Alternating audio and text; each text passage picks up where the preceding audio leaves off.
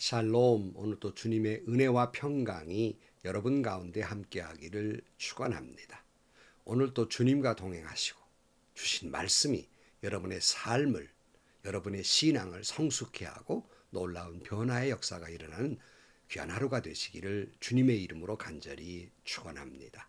오늘 아침 하나님께서 우리에게 허락해 주신 말씀은 누가복음 5장 27절에서 39절 말씀입니다. 그 뒤에 예수께서 나가셔서 레위라는 세리가 세관에 앉아 있는 것을 보시고 그에게 말씀하셨다. 나를 따라오너라. 레위는 모든 것을 버려두고 일어나서 예수를 따라갔다. 레위가 자기 집에서 예수에게 큰 잔치를 베풀었는데 많은 세리와 그 밖의 사람들이 큰 무리를 이루어서 그들과 한자리에 앉아서 먹고 있었다. 바리새파 사람들과 그들의 율법 학자들이 예수의 제자들에게 불평하면서 말하였다. 어찌하여 당신들은 세리들과 죄인들과 어울려서 먹고 마시는 거요? 예수께서 그들에게 대답하셨다. 건강한 사람에게는 의사가 필요하지 않으나 병든 사람에게는 필요하다. 나는 의인을 부르러 온 것이 아니라 죄인을 부르러 회개시키러 왔다. 사람들이 예수께 말하였다. 요한의 제자들은 자주 금식하며 기도하고 바리새파 사람의 제자들도 그렇게 하는데 당신의 제자들은 먹고 마시는군요. 예수께서 그들에게 말씀하셨다. 너희는 혼인잔치의 손님들을 신랑이 그들과 함께 있는 동안에 금식하게 할 수 있겠느냐? 그러나 신랑을 빼앗길 날이 올 터인데 그날에는 그들이 금식할 것이다. 예수께서 그들에게 또 비유를 말씀하셨다. 새 옷의 한 조각을 떼어서 낡은 옷에다가 대고 깁는 사람은 없다. 그렇게 하면 그 새 옷은 찢어져서 못 쓰게 되고 또 새 옷에서 떼어낸 조각은 낡은 옷에 어울리지도 않을 것이다. 새 포도주를 낡은 가죽 부대에다가 넣는 사람은 없다. 그렇게 하면 새 포도주가 그 가죽 부대를 터뜨릴 것이며 그래서 포도주는 쏟아지고 가죽 부대는 못 쓰게 될 것이다. 새 포도주는 새 부대에 넣어야 한다. 묵은 포도주를 마시고 나서 새 포도주를 원하는 사람은 없다. 묵은 포도주를 마신 사람은 묵은 것이 좋다고 한다. 아멘. 여러 번 말씀드렸습니다마는 세상에는 자신을 의인이라고 주장하는 죄인이 있습니다. 그러나 세상에는 자신을 죄인이라고 생각하고 예수님의 이름으로 죄 용서함을 받은 의인이 있습니다. 여러분은 어떠한 분이십니까? 예수님께서 나병 환자와 중풍병자를 고치신 후에 레위라고 하는 사람이 세관에 있는 것을 보시고 그를 따르게 하십니다. 오늘 27절. 그 뒤에 예수께서 나가셔서 레위라는 세리가 세관에 앉아 있는 것을 보시고 그에게 말씀하셨다. 나를 따라오너라. 레위는 모든 것을 버려두고 일어나서 예수를 따라갔다. 여러분, 이 말씀은 아주 단순한 내용인데 여기에는 많은 것을 포함하고 있습니다. 먼저는 이 말씀을 이해하기 위해서는 세리를 설명할 필요가 있습니다. 여러분 다 아시지만 당시에 세리의 신분은 돈은 많이 만지는 사람, 부자였을 수 있습니다. 하지만 그는 매국노의 대명사였고 죄인 취급을 받았던, 그리고 사람들에게 왕따를 받았던 사람이에요. 왜냐하면 당시의 세리들은 이스라엘 사람들에게 세금을 아주 마구잡이 수탈하듯이 거두어서 로마에 바치는 일을 했기 때문에, 그러니 이스라엘 사람들에게는 세리는 매국노와 같은 그런 존재이고 비난할 수밖에 없지 않아요. 그런데 그런 세리에게 주님께서 나를 따라오너라 말씀하시니 모든 것을 버려두고 주님을 따르게 됩니다. 여러분, 항상 모든 정황으로 봐서 이미 이 세리도 예수님에 대한 소문은 다 익히 알고 있었던 것 같습니다. 그리고 이미 앞에서 생각한 대로 이 정황으로 보아서 그는 아마 이런 왕따를 당하고 매국노라고 침뱉음을 당하니까 아마 자기의 삶의 회의를 느끼고 아마 직업도 진절머리 나도록 그러한 고통스러운 상태이고 영적으로도 피폐해 있었던 것 같습니다. 삶에 지치고 어찌 생각해 보면 자기 직업이 그렇게 싫었던 사람이 있을 수 있습니다. 그러니 주님이 오셔서 나를 따라오너라 말씀하시니 그저 바로 주님을 따라 나섰던 것입니다. 혹시 이 말씀을 듣는 여러분 가운데 삶에 너무 지치고 그리고 때로는 회의감과 자괴감, 자신에 대한 실망감, 이런 상처 가운데 있는 분들이 계십니까? 주님 말씀하십니다. 나를 따라오너라. 주님 따라가면 거기에 참된 평화와 은혜와 위로와 축복이 있을 것입니다. 아무도 가까이 하지 아니했던 그에게 모두 자신을 미워했는데 그런 세리에게 나를 따라오너라 말씀하시니까 얼마나 그가 기뻤겠습니까? 그에 막 잔치를 베풀게 되죠. 29절 레위가 자기 집에서 예수에게 큰 잔치를 베풀었는데 많은 세리와 그 밖의 사람들이 큰 무리를 이루어서 그들과 한 자리에 앉아서 먹고 있었다 그랬어요. 많은 사람들이 막 기쁘게 잔치를 베풀고 있었습니다. 그런데 유독 못마땅하게 여기는 사람 누구겠어요?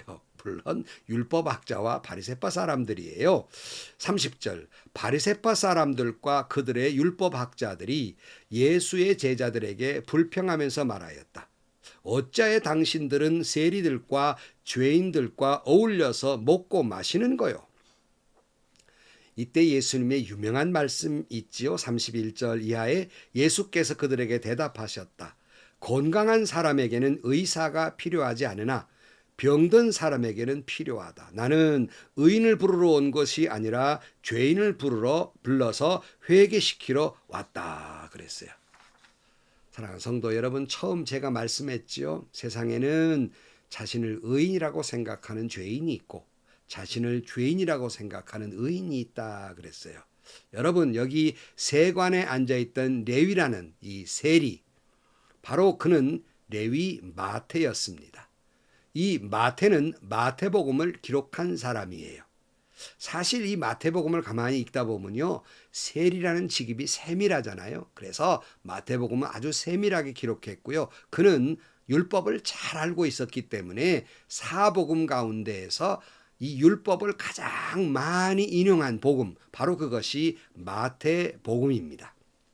그런데 이 마태복음에서 레위 사람, 이 세리 마태는 자신이 뭘 했는지 별로 기록한 것이 없어요. 다만 자기의 과거는 어떤 사람이었는지를 잘 기록하고 있어요.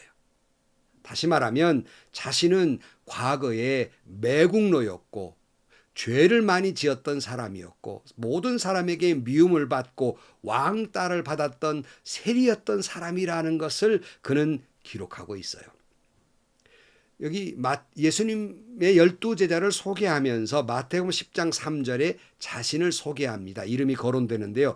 빌립과 바돌로메와 도마와 그냥 이름만 소개되죠. 근데 다음에 자기를 소개하는데 세리 마태와 알페오 아들 야고보와 다데오와 그러면서 자기를 뭐라고 소개해요? 세리 마태라 기록해요.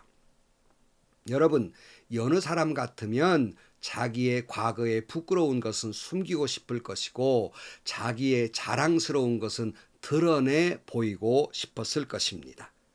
그러나 여기 마태는 자기는 그럴 수 없는 매국노요, 죄인이요, 왕따당했고 사람들에게 미움을 받았던 세리였습니다 하는 것을 강조해서 기록하고 있는 것이에요. 사랑하는 성도 여러분, 자신의 죄인 됨을 아는 것, 그리고 진실로 자신의 죄인 됨을 고백하는 것, 이것은 쉬운 일이 아니에요. 물론 형식적이고 인사말로 기도하면서 양념으로 형식적으로 그냥 인사치레로 죄인이라고 고백하는 거 할 수 있습니다. 쉽습니다. 하지만 진정으로 진실로 자신을 죄인이라고 고백하는 것은 약간 어려운 일이 아니에요. 주님은 이런 사람을 부르러 왔다는 거예요. 주님이 이런 죄인을 부르러 오셨기 때문에 바로 저와 여러분을 부르고 계신 것이 아닙니까? 무슨 말이에요? 저와 여러분은 의인이 아니고 죄인이란 말이에요. 죄인이기 때문에 우리는 부름을 받았다는 말씀입니다. 비록 내가 세상에서 인정받지 못하고 미움을 받고 죄인 취급받고 벌레 같은 존재며 죄인 중에 괴수고 왕따를 받는 존재여서 그래서 주님께 나를 떠나소서 나는 죄인입니다라고 베드로의 고백처럼 고백할 수 없는 존재라 할지라도 죄인이기 때문에 부족하기 때문에 부끄러운 죄인이기 때문에 저와 여러분을 부르려고 주님이 이 땅에 오신 것이 아니겠습니까? 아멘, 아멘입니다. 그러나 여기에 자신만큼은 의롭다고 생각하는 죄인이 있었단 말이에요. 그들이 누구예요? 율법학자들과 바리새파 사람들이에요. 30절 바리새파 사람들과 그들의 율법학자들이 예수의 제자들에게 불평하면서 말하였다. 어찌하여 당신들은 세리들과 죄인들과 어울려서 먹고 마시는 거요? 그러니까 대단히 불평스러웠어요. 소위 존경받는 선생님이라는 분이 자기들이랑 놀아야지 어떻게 자기들이 왕따시키고 죄인이라고 바리새파 사람들이 단정했거든요. 그러니까 죄인이라고 생각했던 그 세리들과 아니 먹고 마시다니 여간 불편스러운 일이 아니었어요. 이 말은 여러분 속 내용은 무엇이에요? 이 말의 의미가 있는 건 자기들이 죄인이란 말입니까? 의인이란 말입니까? 이 말하고 있는 율법학자들과 바리새파 사람들은 자기들은 의인이란 말이에요. 근데 왜 저 세리와 같은 죄인들과 함께 먹고 마시느냐 하는 거예요. 예수님께서 나는 의인을 부르러 온 것이 아니라 죄인을 부르러 왔다는 말씀에 이들은 자신들의 의의를 내세우고 있어요. 그래서 33절에 사람들이 예수께 말하였다. 요한의 제자들은 자주 금식하며 기도하고 바리새파 사람의 제자들도 그렇게 하는데 당신의 제자들은 먹고 마신다 그랬어요. 그러니까 요한의 제자들도 금식하며 기도하고 바리새파 사람도 그런데 예수님의 제자들은 금식도 안 하고 먹고 마신다고 불평하는 거예요. 무슨 말이에요? 자신들은 금식 기도하는 의로운 사람이라는 거예요. 본래의 바리새라는 말은 구별한다는 뜻입니다. 바리새파 사람들은 자신들이 만들어 놓은 규례나 관습, 전통을 만들어 놓고 여기에 저촉되는 사람들은 죄인이라고 단정하고 자기들처럼 규례와 관습과 그리고 관례를 따르는 사람은 의인이라고 자랑하던 사람들입니다. 여러분은 의인입니까? 죄인입니까? 오늘 우리는 어떠합니까?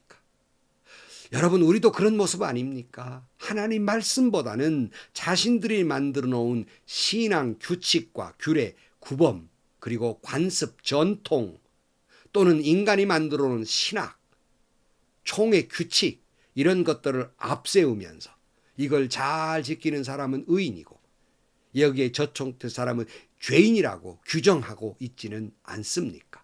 그러면서 자신은 의인의 자리에 놓고 있지는 않습니까? 여기에 주님은 세 가지 예를 들어 설명하고 있습니다. 34절 예수께서 그들에게 말씀하셨다. 너희는 혼인잔치의 손님들을 신랑이 그들과 함께 있는 동안에 금식할 수 있겠느냐? 그러나 신랑을 빼앗길 날이 올 터인데 그날에는 그들이 금식할 것이다 그랬어요. 신랑 되신 주님이 계시는데 어찌 금식하느냐? 나중에 예수님이 십자가에 달려 고난당하실 때 그때 금식할 것이다 라고 말씀하고 있는 거예요.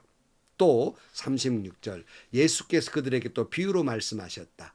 새 옷에서 한 조각을 떼내서 낡은 옷에다 대고 깁는 사람은 없다. 그렇게 하면 그 새 옷은 찢어져서 못 쓰게 되고 또 새 옷에서 떼어낸 조각은 낡은 옷에 어울리지도 않을 것이다. 새 옷 조각에 헌 것을 키워낼 수 안 어울리고 찢어진단 말이에요. 또 하나 37절 새 포도주를 낡은 가죽 부대에다가 넣는 사람은 없다. 그렇게 하면 새 포도주가 그 가죽 부대를 터뜨릴 것이며 그래서 포도주는 쏟아지고 가죽 부대는 못 쓰게 될 것이다. 새 포도주는 새 부대에 넣어야 한다.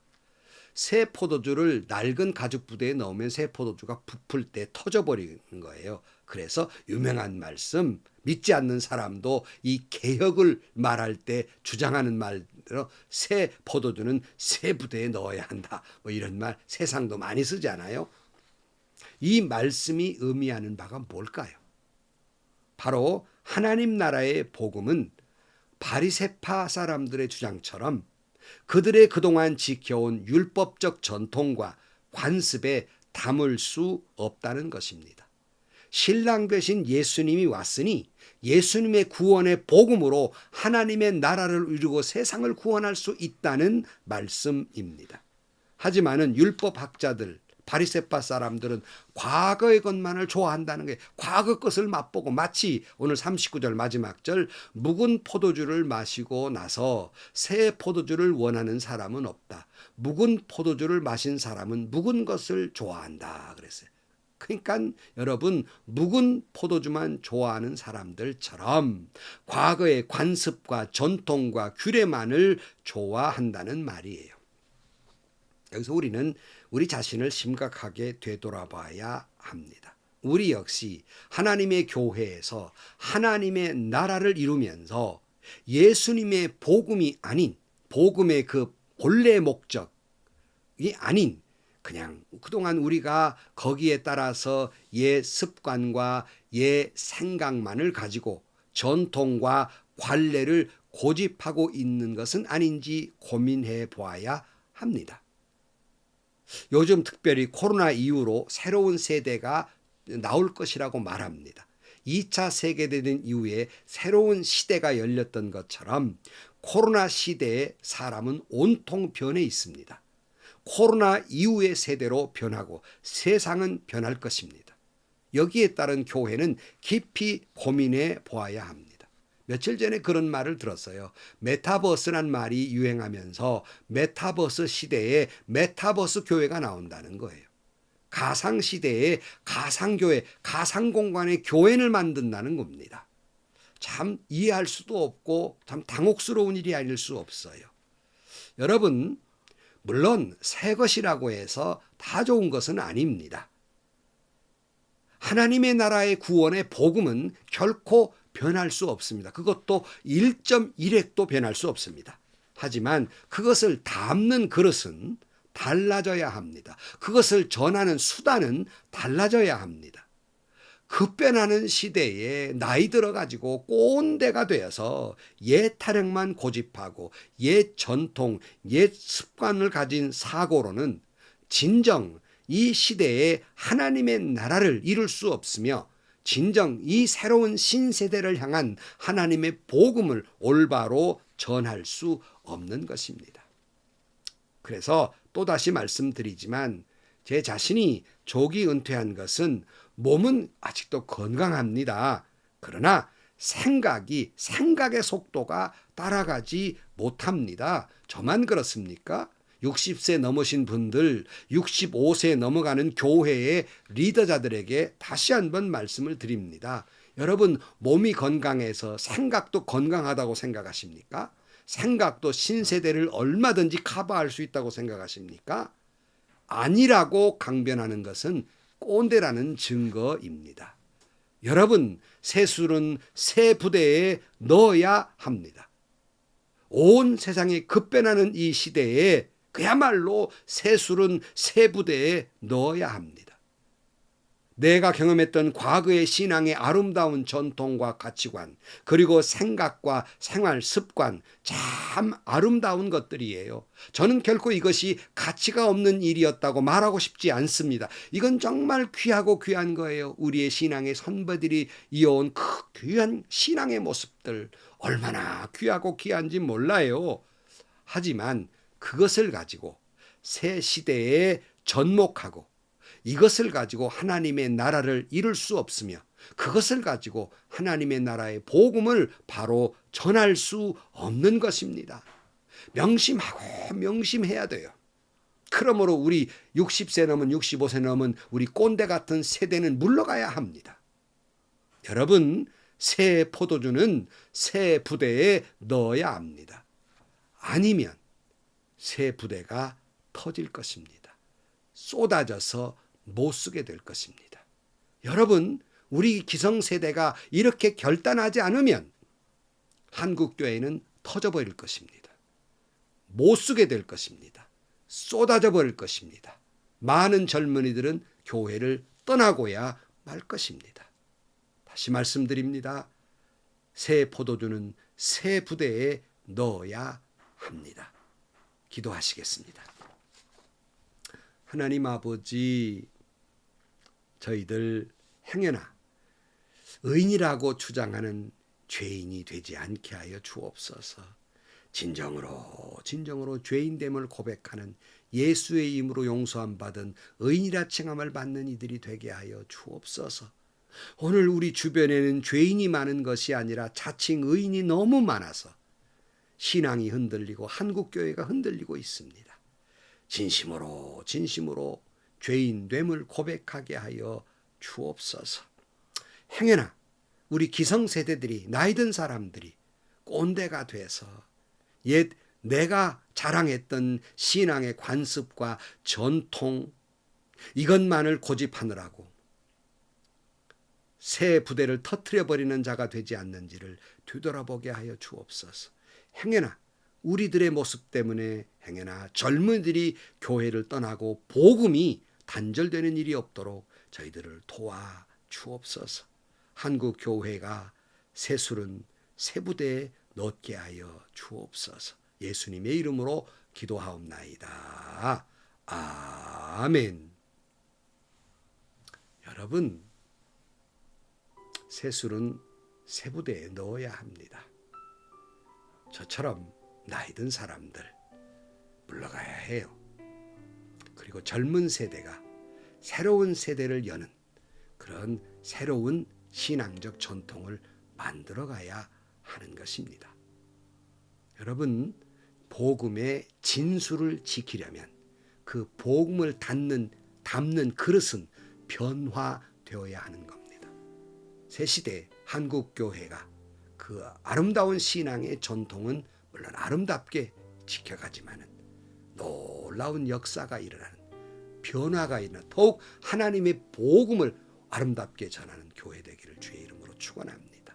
오늘도 행복하시고요, 좋은 일이 가득한 하루가 되시기를 주님의 이름으로 간절히 축원합니다.